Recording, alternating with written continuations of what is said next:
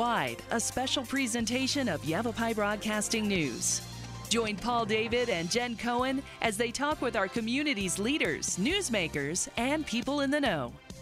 You'll hear about the hot topics that affect all our lives in Yavapai County.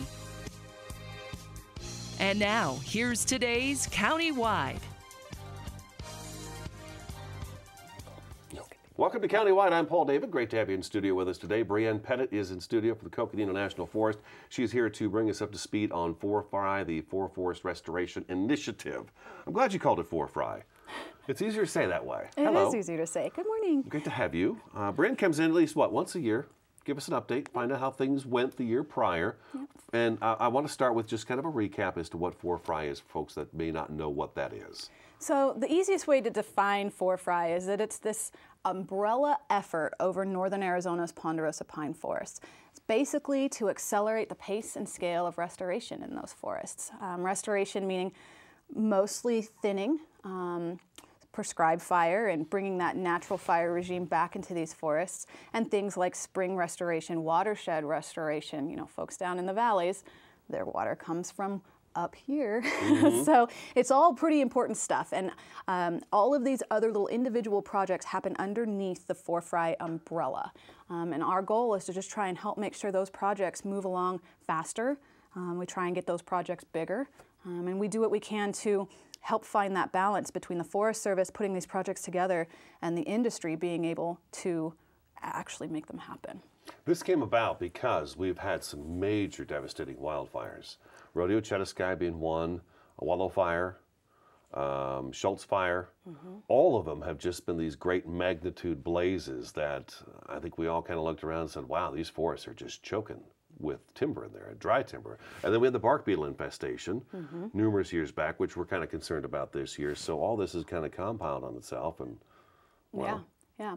Well, in the initiative, you know, folks were doing a lot of this work prior to the initiative beginning in 2010. A lot of the municipal and a lot of the forests were working with our partners on kind of smaller scales. Mm-hmm.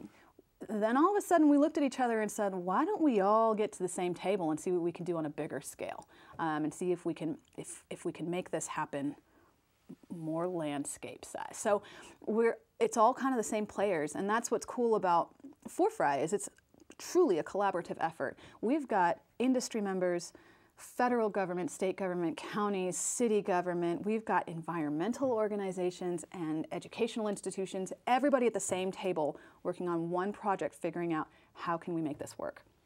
How long have we been working on 4FRI projects? How many years now? You said 2010. Before that, it was already in the works, being put together. Right. There were already other projects. The initiative itself came up at about 2010. Okay.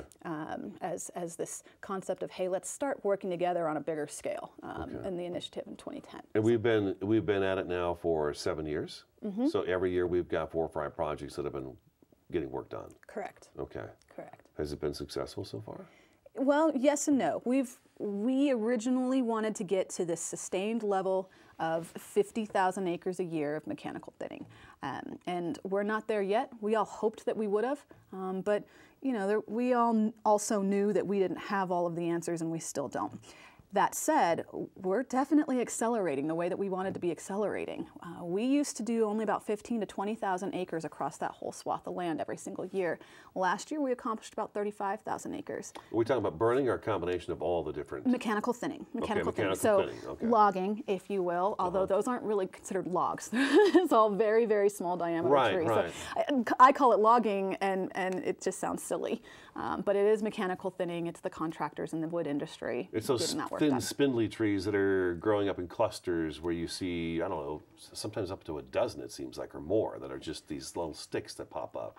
Right next to a great big giant tree that's doing really well. Yeah. So is that what we're going in? We're just kind of going in and getting rid of a lot of that stuff, that small stuff? To an extent, there's a lot of science behind what we do. It's not very willy-nilly at all. Mm-hmm. Every single tree is chosen based on an agreed upon plan that we put together with all of these partners and our stakeholders to create these desired conditions. When we talk about desired conditions, we're talking about the historic conditions of the forest. It wasn't very, there's one tree here and one tree here and one tree here. trees kind of grew up with different ages and sizes sort of clustered together, and then you'd have grassy open spaces and another little cluster here and there. So we're trying to recreate that condition on the ground through mechanical thinning, and then also through prescribed fire, low intensity fire of any sort. So it's not necessarily just taking what we call dog hair thicket. It kind of looks like dog hair because it's real thin and kind of just goes all over the place. Dog hair thicket, huh? Okay, and it's not necessarily just the tiniest trees, though. Yeah, most of those need to go. There are some slightly larger, but we're still talking. This is not big timber like we're used to, like that used to happen here in this area. 13 inches in diameter or so is kind of the average. You know, if you look at that, that's not a huge tree. And what people who live around here think of as huge, it's really not when it comes to the industry and how you can use that wood. So the biggest problem is that the wood's not valuable. It's tiny stuff. In fact, we have all of these acres that the Forest Service has cleared for mechanical thinning through the National Environmental Policy Act, NEPA. So it's out there and it's cleared, but there is only a tiny handful of those 500 some odd thousand acres that are cleared that could actually pay for themselves right now with industry's market conditions the way they are. Meaning it's close enough to a mill, it's got enough of the slightly larger diameter product, something that they could actually sell and make money off of. Okay. Those other remaining vast majority of the acres there they're not valuable. In fact, it's probably going to cost them money to get it done. Like scrap. It's just a bunch of scrap hanging out of it. And a lot of it has to do with the fact that there's just nowhere to take it. You know, these guys can go out and they can cut it all they want, but if they can't take it to a mill or somewhere else, it's all going to Phoenix right now, is that right? Because I see logging trucks up and down 17 all the time. And there was going to be a mill, I think, I want to say Williams or somewhere northern. Did that ever come to fruition? No, and that's the problem. So, you know, in order to invest the money in something like that, they need to know that they can get the product. Well, in order to get that product, they have to have the money to get in there to get that product. Right. And there are only a few that would actually pay for themselves. Everything else is going to cost them money right on the front end to go and get in the first place. So they're struggling with this balance. So that's a struggle there, yeah. There are a few mills over in the White Mountains area, which is a part of the four-fry world. Some mills, and then there's the state's only biomass plant. Biomass is all that small debris, tiny little branches, everything that's not part of the main timber part of the tree. So they have the logs to deal with at some sort of a mill, and then they have to deal with the biomass piece of it too. And there's a lot more of that because there's a lot more of that small diameter stuff that just can't use for anything else. When it comes to biomass, there's the one in the state way over there who will take biomass for energy, and then you can sell it to folks like Scott's Grow Right for soil amendments, mulch kind of thing down in Phoenix. And there's a plant for heat pellets, little pellet stove pellets that can use it as well. But that's seasonal. There's only so much that they can buy. Don't we just pile it up and burn it after a couple of years? For the most part, biomass gets piled up, left there, and that's pile burning that we usually do in the winter. Okay, all right, So it needs to go, and right now, the only way we really can do that is by burning it. So there's a lot of that there. There's a lot being dealt with. Over on the west side, we got to take a break.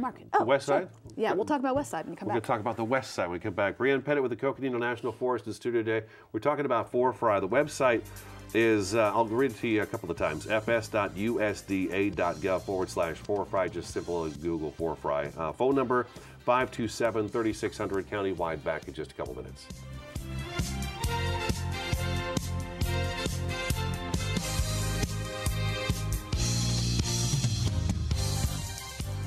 This is Bruce Morrow, Transportation Manager for Cottonwood Area Transit. Remember, we cover the entire Verde Valley and Sedona. Cottonwood Area Transit has you covered wherever you want to ride in the Verde Valley, all day, every day. Take Cottonwood Area Transit through Clarkdale, Verde Village, and from 26 locations in Cottonwood. With Verde Links, it's a quick and easy trip to Sedona every day. Don't forget our connectors to Camp Verde. Visit cottonwoodaz.gov for Cottonwood Area Transit and take a seat. Let's go ride. The Q102.9 plays all the hits. Yo, what's going on? This is Drizzy Drake. Ariana Grande. Maroon 5. This is Rihanna.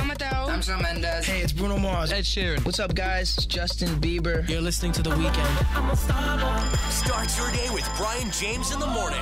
You'll get at least 10 songs in a row during your ride home with Julie Page. Zach Sang Show. Catch the Zach Sang Show weeknights 7 to midnight. And Kelly Fox weekends on your home for hit music. The Q102.9 and 104.9 in Prescott and Cottonwood. There are people who struggle with addiction and homelessness. Sometimes it may feel like there is nothing we can do to help. But there is. You can make a tax-deductible donation and help those in need transition away from homelessness. When you give someone a handout, you could actually be supporting an addiction. A better life starts with better health, especially for those living in the streets. Support solutions, not addictions. You can make a difference. Visit cottonwoodcares.com. So, I'm kind of new here, but I've noticed a trend. My human does this funny thing where she goes around and gets all my toys, and then she hides them in that basket by the door. You know, but it's always the same basket, and it's always in the same place. And then she acts so surprised when I find them, but, you know, she's putting them in the same basket. Again. It's like, hello, that's where you put it last time. You were the worst at hide and go seek.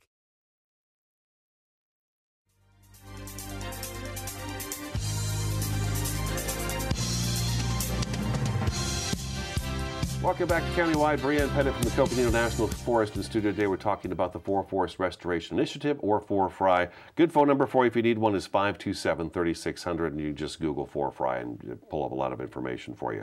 So we're going to talk about the west side. Yeah. The west side. The west side's where we're focusing now because the east side, they do have enough industry to kind of keep going, and they've got some wood to kind of keep going. The biggest struggle is on the west side. There really just isn't a mill. There's one small mill. It struggles too. There was another mill that's kind of coming up in that same area. They've got some land there now, and they're working on that. But you know, that takes time too. So they got to get the land. Then they actually have to purchase the mill itself, which they have, and it's got to be transported over there, then assembled. So that does take some time. It costs money, and again, everybody's struggling with how do you start something when you have nothing to start it with? Right, but this is going to be a long-term thing. I mean, it's not like it's not like we're going to get done with 4FRI in the next. I mean, how many years are we expecting this to take? Well, the Phase 1 contract, that really big one, that one will go to 2022. But the initiative is just to be this jump start. So once this then you gotta go ends, back. we will continue to do this work. Right, I would say it's not going to just end after 4FRI is over. Okay, we've accomplished everything on 4FRI. Exactly. This is kind of the palette to get started. Once we get through this, okay, now we got to go back to the beginning and go back through again. We're going to maintain it. Yeah, right. And that's why what we're trying to do is not, we're going to accomplish this many thousand acres in this many years. We're trying to get ourselves to a pace where we can sustain every year getting about 50,000 acres. Gotcha. Restoration is going to take decades. Steady flow. Yeah. Steady flow of work being accomplished. Okay. Well, we found out recently that some of that work did not get accomplished. Can you hit on that really quick? There was a contract that was coming in to do some timber, and it was 642 acres. They only managed to get 20 acres done. So that's a, you know, oh no. Yeah. But that's going to go back out again. It is going to go back out again. That was part of the Flagstaff Watershed Protection Project, which is, it falls underneath that umbrella of projects that we're trying to increase the pace and scale of. But Flagstaff Watershed Protection Project is pretty unique in that it's a partnership with the city. The Flagstaff citizens basically voted a tax on themselves to create this bond to help pay for some of this work. So a really groovy effort, but again, we're seeing evidence of these trying times with the market and the conditions. So this contractor purchased the contract, it was issued, they had a year, which is not necessarily super aggressive, but it's not the best time frame either that we've seen, but they weren't able to get that work done for a number of reasons, and it's unfortunate. It is something that we face every time that we put a sale out there. Sure. We know there's that chance that they're not going to get it done. Heck, they know there's that chance they're not going to get it done. They might not even bid on the contract in the first place. It's a struggle for everybody over here. How's things doing in Williams? Because that was another big one. Williams was a big watershed project as well on the mountain. The mountain needed to be done, but there was a lot of great challenges on the mountain because of the steep faces and everything else. Some helicopter work was going to be done in there and so on and so forth. How's that one coming along? They're still moving forward with that one. Okay. In order to get these packages sold, these contracts sold, somebody's got to know they can take the wood somewhere. But in order for someone to build the wood, they got to have the money. We need a mill. You know, yeah. We need a mill. But, a couple of them probably, huh? Yeah. So, you know, the whole thing with 4Fry and this really large contract that folks know is very, very beginning of the 4Fry world. We all got together at the table, the industry, the Forest Service, all of these other governments and organizations, and said, okay, what we think might spur this, getting a mill and getting this industry going, is one really big contract. Because if folks know, if someone knows that they've got 10 years as opposed to 2 or 3 years on a contract, and that they're going to have up to 300,000 acres as opposed to the 3,000 acres, then that might get the investment that they need and the money they need to be able to build this stuff on the front end. So that was the whole idea. Everybody at the table agreed to that. And that, of course, hasn't quite panned out the way that we've wanted to. So we're still looking. We know that there's no one silver bullet, and there's still a lot of work that's happening in the woods that's really good work. It's not like we're stuck in the mud, but we do know, everybody at the table knows there's still a lot of work to do. It's happening, but maybe not just as fast as we'd like to see it happen. You bet. Let's move on to, okay, so 2017 was a good year. We saw things moving along pretty steady. 2018, I'm hearing that with the fall and winter that we have not had, very dry, that we're looking at bringing our firefighter reserves on early. We're getting ready to start our wildfire PSAs, and we're already running stories about be careful with fire because we've already had some fires, including spark fires from just chains being dragged. So that's pretty shocking already for this time of year. So, and we're gearing up for a longer, possibly more devastating wildfire season. But as you mentioned during the show, or prior to the show, is that people notice and know that it's really dry. And so maybe we're all going to be a little more careful this year, hopefully, and think ahead before we leave that campfire burning, or we're dragging chains, or we're out there grinding steel in tall grass. Because, I mean, if you drive down the road, everything's brown. Everything's brown, and about 2 feet tall or more. Yeah. It's a pretty bad year so far. So far, it's a pretty bad year, and that could change things. You know, part of restoration is the prescribed fire part, or even just using some of those wildfires that are burning at that lower intensity. That's really what those forests need. So, you know, usually in the spring and then again in the fall, there are some windows where it's just dry enough that it'll actually burn, but not so dry that it, you know, it's going to be too high in intensity or burn the way we don't want it to. Sure. Those windows are where we conduct our prescribed fires. That's sometimes been going on all winter. Exactly. We are getting some of those now. Lots of burns going on. And then sometimes in the summer we find some of those that, you know, there's a piece of a wildfire that's burning, you know, in exact kind of conditions we want to see. We'll use that fire too. But we're going to have to see how this pans out. It could be one of those years where we don't see much of those opportunities because things are just so dry. But, you know, at the same time, we might not see those catastrophic fires because a lot of times the public is very aware of conditions like this. It's very obvious to them, unlike other years. I always say the Schultz fire, that big fire just north of Flagstaff, happened on the year of record-breaking winter storms. So you just never know. We'll see how it goes, but I'm always sending the good vibes that people are going to be smart with their fires. Me too. I hope that as well. We're going to take another break. Brienne Pettit with the Coconino National Forest is in studio today. We're talking about the Forest Restoration Initiative. Stick around, countywide, back in just a couple minutes.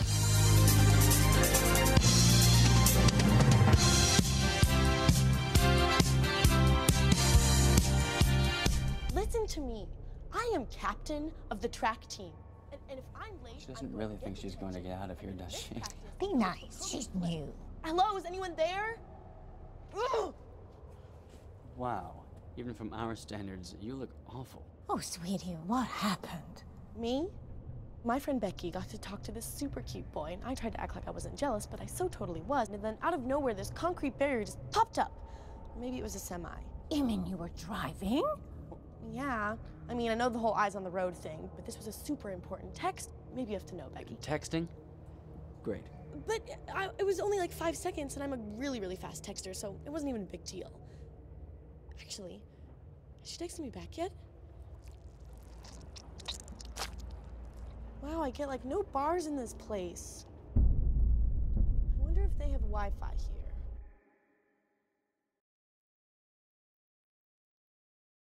here. There are people who struggle with addiction and homelessness. Sometimes it may feel like there is nothing we can do to help. But there is. You can make a tax-deductible donation and help those in need transition away from homelessness. When you give someone a handout, you could actually be supporting an addiction. A better life starts with better health, especially for those living in the streets. Support solutions, not addictions. You can make a difference. Visit cottonwoodcares.com. Q102.9 plays all the hits. Yo, what's going on? This is Drizzy Drake. Ariana Grande. Maroon 5. This is Rihanna. I'm Shawn Mendes. Hey, it's Bruno Mars. Ed Sheeran. What's up, guys? It's Justin Bieber. You're listening to The Weeknd. Start your day with Brian James in the morning. He'll get at least 10 songs in a row during your ride home with Julie Page. Zach Sang Show. Catch the Zach Sang Show weeknights 7 to midnight. And Kelly Fox weekends on your home for hit music. The Q102.9 and 104.9 in Prescott and Cottonwood.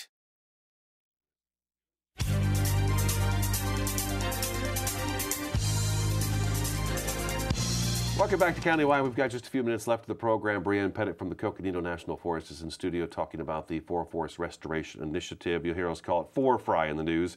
Phone number is 928-527-3600. Last year, it was kind of exciting to see, but the Nature Conservancy kind of jumped on board. And I remember interviewing the gentleman, I can't remember his name now, but he was talking about the fact that, we need to get this done or we're not going to have any forests left to enjoy because we talked about the bigger forest fires that we've had. Yeah. And the fires that, this last year was unbelievable. Northern California, yeah. Washington, Oregon, Idaho, everybody had massive wildfires this year. So Nature's Conservancy jumped on board and they've got a little extra money.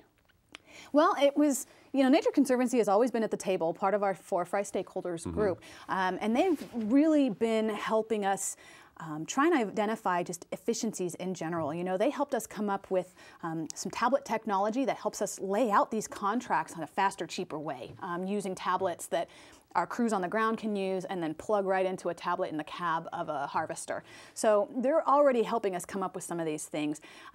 They got on board and we put together a stewardship agreement, which is basically just a fancy word for we're partnering together for them to oversee the mechanical thinning of 20,000 acres over the course of 10 years.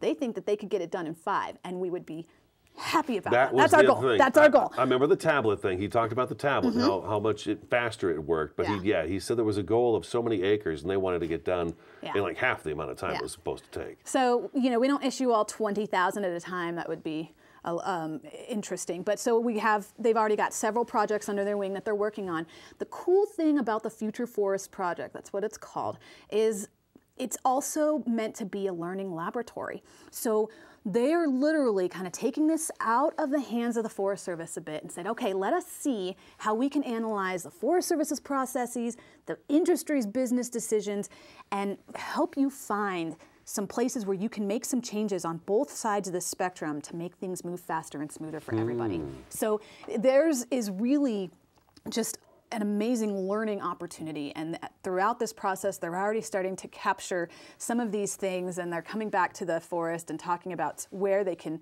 move things around and make things a little bit different, and contracting processes and how the industry members are running their businesses. It was a very cool project, and we've got some really high hopes for that. And in the meantime, we're looking at getting about 20,000 acres restored out of it. So lots of benefit. We have a minute left. 2018 shaping up to be pretty dry year so far. Yeah. You guys concerned? Yes and no. Dry conditions means that it's, the roads are solid enough to be able to haul some wood out, so they could get some work done there. Too dry means fire restrictions and or potential closures, and of course then nobody's working in the woods. So we'll just have to see how that goes. Okay, all right, yeah, we'll see how it goes, because I know the Weather Service's 90-day outlook right now through April is saying dry. There's high pressure that's been sitting over us because of this weak La Nina in the Pacific. Isn't going anywhere. It just loves the Southwest this year. I think Flagstaff region's like 8 inches below liquid precipitation so far for the winter. So I understand we're also going to be doing some more prescribed burning too. We're going to see a lot of prescribed burning if the weather allows for it. Brienne, thank you so much for coming in and giving us an update on 4 Fry. The number again is 527-3600. That's today's Countywide. Thanks for watching and listening, and we'll talk to you again next time.